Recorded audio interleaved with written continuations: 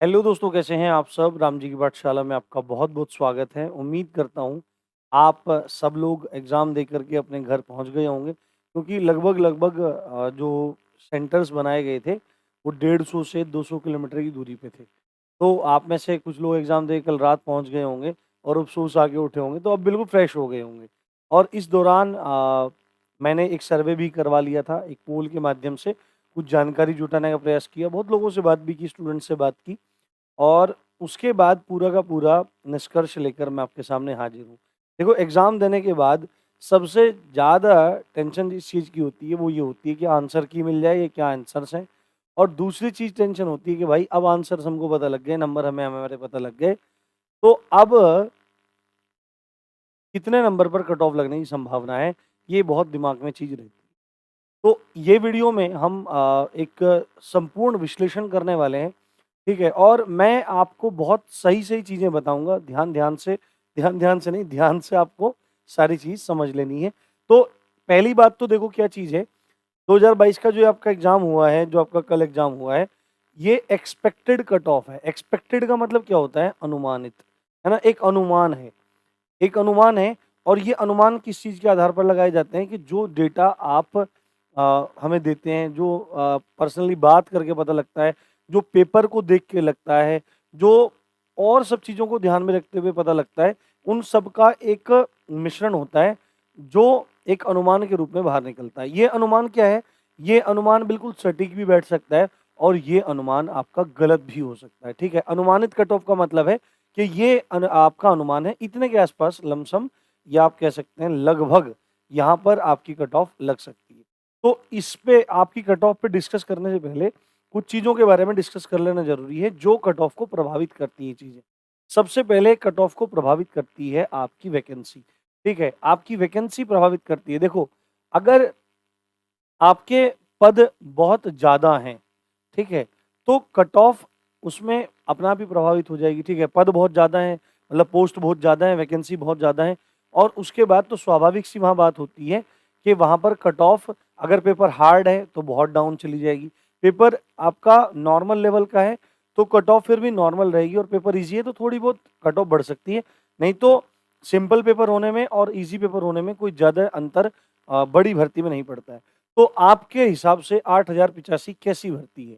तो 8085 अपने आप में एक बड़ी भर्ती तो है ही, परंतु अगर पिछली बार की अपेक्षा देखा जाए तो 2015 में लगभग 14,000 के आसपास भर्ती थी, 14,000 के आसपास भर्ती थी, तो उसकी अपेक्षा तो ये कम ही है।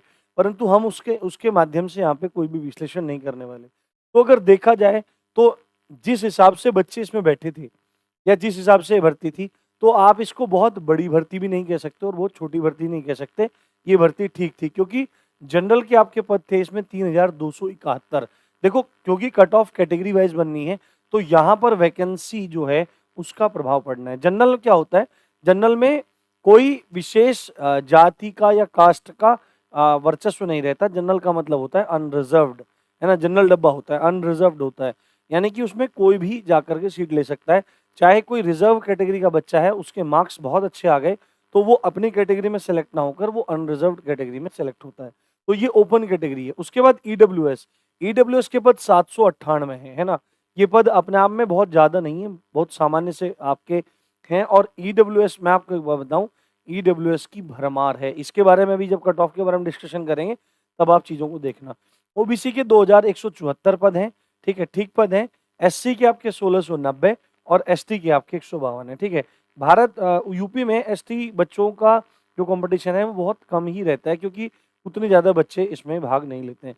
अब अगर बाहर से एसटी का कोई फॉर्म भरेगा तो वो जनरल में ही फॉर्म भरेगा। तो इस हिसाब से आपके 8,000 पद हैं, तो इस पे कट ऑफ का प्रभाव अब आगे हमको देखने के लिए पता लगेगा इन पदों के हिसाब से। अब आप एक बात समझ लीजिए कि अभी तक जो आप एग्ज़ाम दे के आए हैं, ठीक है? अभी जब आप कट ऑफ जानना चाहते हैं तो इसकी स्थिति को समझना आपको ज़रूरी है। पहली बात तो अभी तक जो भी बच्चा एग्ज़ाम दे के आया है, वो किसी न किसी प्लेटफ़ॉर्म के माध्यम से अपने आंसर चेक कर रहा है, ठीक है? और उसने 2 तरह का काम एग्ज़ाम में किया है। पहला काम तो उसने पहले राउंड में जो क्वेश्चन सॉल्व किए हैं, उनमें वो बच्चा श्योर शॉर्ट जिसमें लगाए हैं, वो काम किया है। जैसे 100 प्रश्न हैं, तो 100 प्रश्न हैं, तो जो श्योर शॉट हैं, तो भाई 70 हमने बिल्कुल श्योर लगाए थे, 70 हमारे सही हैं, हमारे 65 सही हैं, या हमारे 75 सही हैं, या हमारे 80 सही हैं, ठीक है, जो श्योर शॉट हैं। और बाकी बच्चे ने क्या काम किया है, तुक्का। अब तुक्का क्या होता है भाई, तुक्का देखो सही भी हो सकता है और तुक्का गलत भी हो सकता है। तो तुक्कों के आधार पर कोई भी चीज नहीं लगाई जाती, और जो बच्चे अनुमान लगाते हैं, क्योंकि अभी तक क्या किया है, अभी तक जो भी डेटा, जिसके पास भी डेटा है, वो कैसा है, वो तुक्कों से भरपूर है, और बच्चों ने इन तुक्कों को भी ऐड करके क्या अपने अनुमान लगा रखे हैं कि भाई हमारे इतने मार्क्स होंगे, इतने हमारे वो होंगे। तो वो जो अनुमान है, मिश्रित अनुमान है, क्योंकि सफिशिएंट डेटा नहीं है ना, तो ये चीज एकदम आपकी स्थिति को प्रभावित कर दे। दूसरी बात है ऑनलाइन आंसर की, इसके आधार पर भी क्या हो रहा है, ये मैंने बताई दिया आपको, इसके आधार पर ही फिर आगे बच्चे सक्सीड कर रहे हैं कि भाई हमारा कितना सही है, हमारा कितना गलत है। और देखो क्या है कि त्रुटियां हमेशा होती हैं, कोई कोचिंग संस्थान किसी क्वेश्चन को अपने हिसाब से कराएगा, कोई अपने हिसाब से कराएगा, कोई अपने हिसाब से कराएगा, तो वहां पे वेरिएंस देखने के लिए मिल जाता है, तो वो भी आपकी स्थिति को अलग कर देता है। और तीसरी बात है, सही स्थिति जो स्पष्ट होगी वो आपकी ऑफिशियल आंसर की के बाद ही होगी, क्योंकि जब बच्चे पैट का एग्जाम दे के आए थे तो बच्चे बहुत ज्यादा हवा में उड़ रहे थे, मेरे इतने, मेरे उतने, मेरे उतने, मेरे इतने, इतने मैंने यहाँ चेक किए। और जब मान लिया उसने 90 बताए थे, तो उसके बाद जब आंसर की आई तो वही फिर 75-76 के आसपास दिखाई दिया, मतलब कि कम से कम 10 नंबर का अंतर वहां पर हो गया। ठीक है, तो अभी जो बच्चा बता रहा है उस पर उतना विश्वास नहीं किया जा सकता, बट फिर भी ऐसी स्थिति में कट ऑफ का सही सही अनुमान नहीं लगता है। ठीक है, फिर आगे बढ़ते हैं चीजें जो हैं। अब ये देखिए आप यहाँ पर, ये मैंने एक पोल करवाया था, ठीक है, ये मैंने एक पोल करवाया था, और इस पोल में क्या पूछा था दोस्तों, लेखपाल का पेपर हो चुका है, ये सब बातें है ना, जो पेपर का लेवल था, है ना, पेपर का जो लेवल था इसके बारे में थोड़ी बात करेंगे, है ना, ये मतलब मॉडरेट टू हार्ड था आप कह सकते हैं, और ओवरऑल पेपर की बात करें, है ना, इसकी एक्सपेक्टेड कट ऑफ के लिए मैंने पोल बनाया था, और क्वेश्चन क्या था कि आपने सही सही कितने प्रश्नों का जवाब दिया तुक्का छोड़कर, यानी कि तुक्के आपको काउंट नहीं करने, है ना। तो देखो यहाँ पे मैंने बनाया था 75 से 70 से 75, 76 से 80, 81 से 85, 86 से 90, और 91 से 95 या उससे ऊपर, है ना। तो आप इतनी बात तो समझ सकते हैं कि 91 से 95 13% लगा रखा है, जबकि 86 से 90 वहां पर 6% है। तो यहाँ पर आपकी क्या है, फ्रॉड वोटिंग है, ये फ्रॉड वोटिंग है जो 13% आपको दिखाई दे रही है, लोगों ने मस्ती मजाक में लगा दिया है। अब यहाँ पर कुल मिलाकर अगर आप देखेंगे, शायद आप देख नहीं पा रहे हैं, या मैंने स्क्रीनशॉट ठीक से, ये हाँ ये लीजिए, मैं ही नहीं देख पा रहा हूँ, आप तो देख पा रहे हैं, कुल मिलाकर 12,000 लोगों ने यहाँ पे वोट किया है।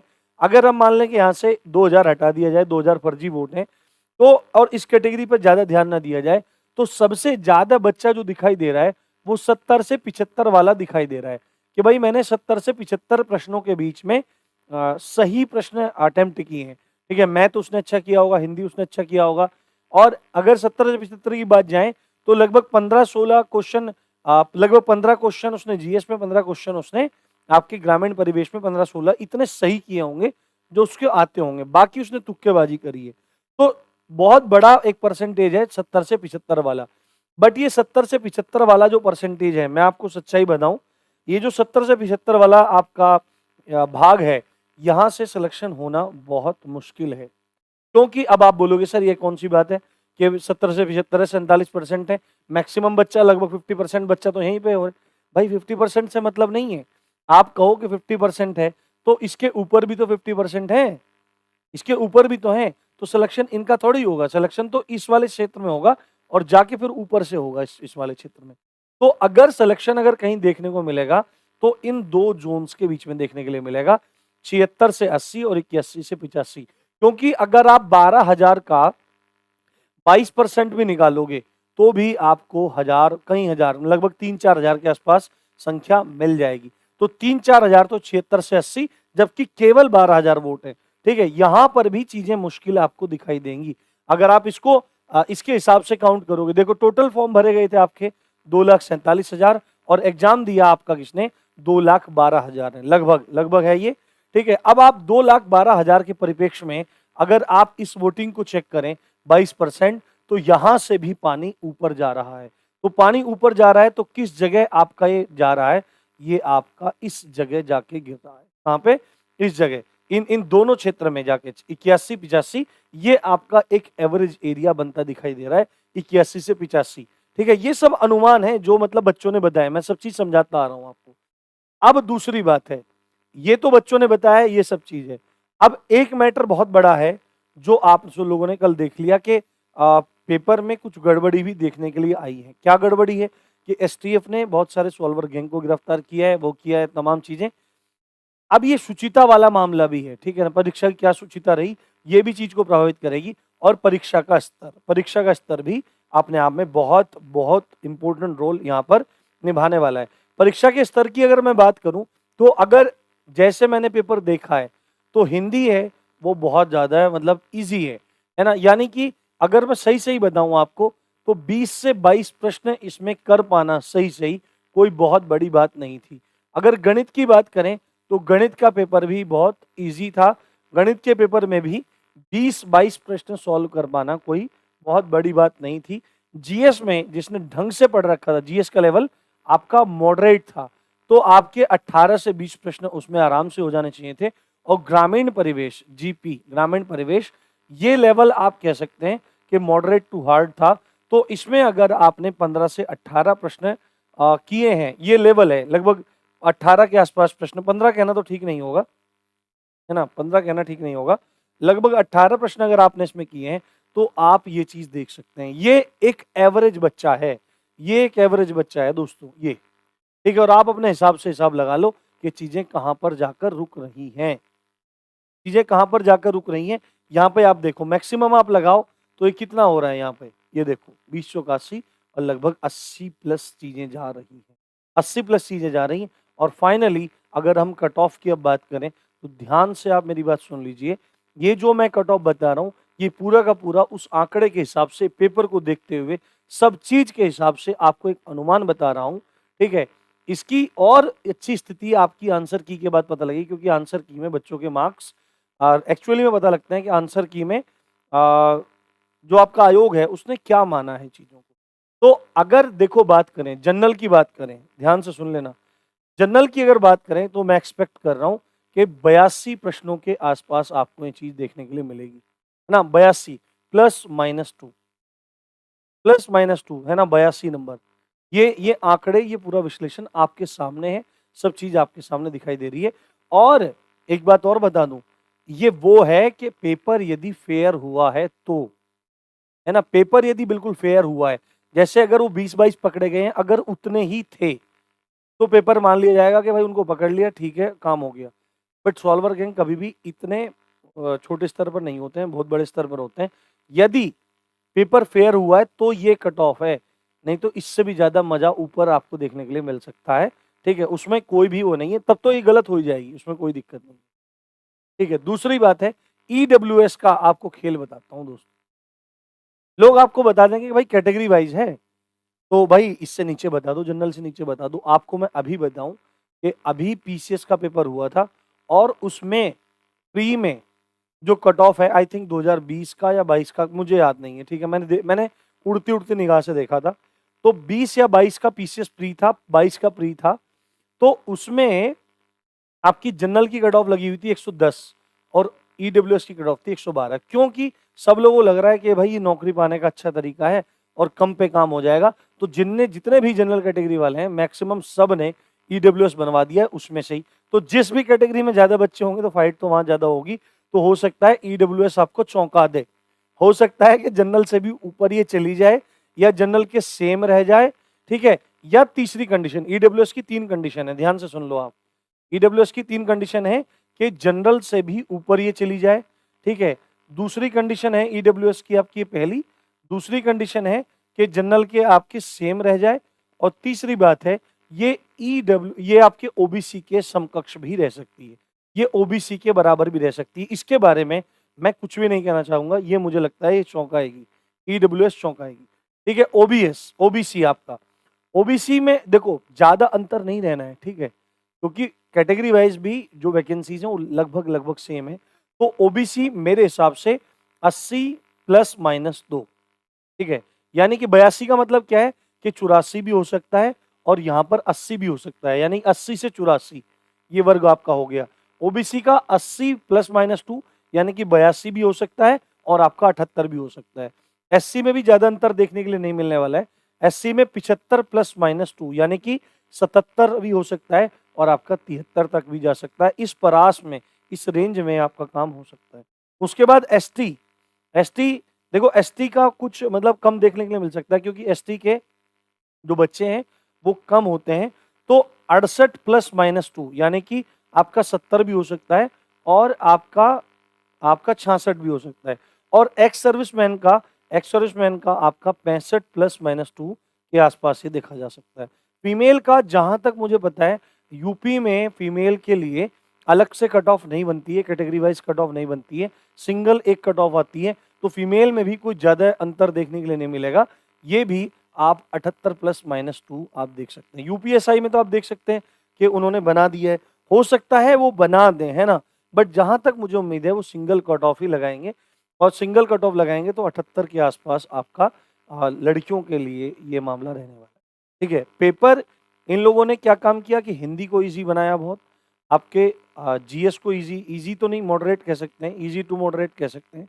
आपका तीसरा जो मैथ है उसको इजी बनाया बिल्कुल, और जो ग्रामीण परिवेश है उसमें सिलेबस से ना देकर केवल केवल योजना और कार्यक्रम पूरा पेपर 25 के 25 उसमें डाल दिया। थोड़ा सा मिक्सअप करते तो थोड़ा सा और चीजें अच्छी हो जाती, ठीक है, और वेरिएशन एग्जाम में देखने के लिए मिलता। अब जब मान लिया किसी ने योजना योजना पढ़ रखी हुई तो उसकी मौज आ गई होगी और उसे कुछ पढ़ने की जरूरत नहीं पड़ी।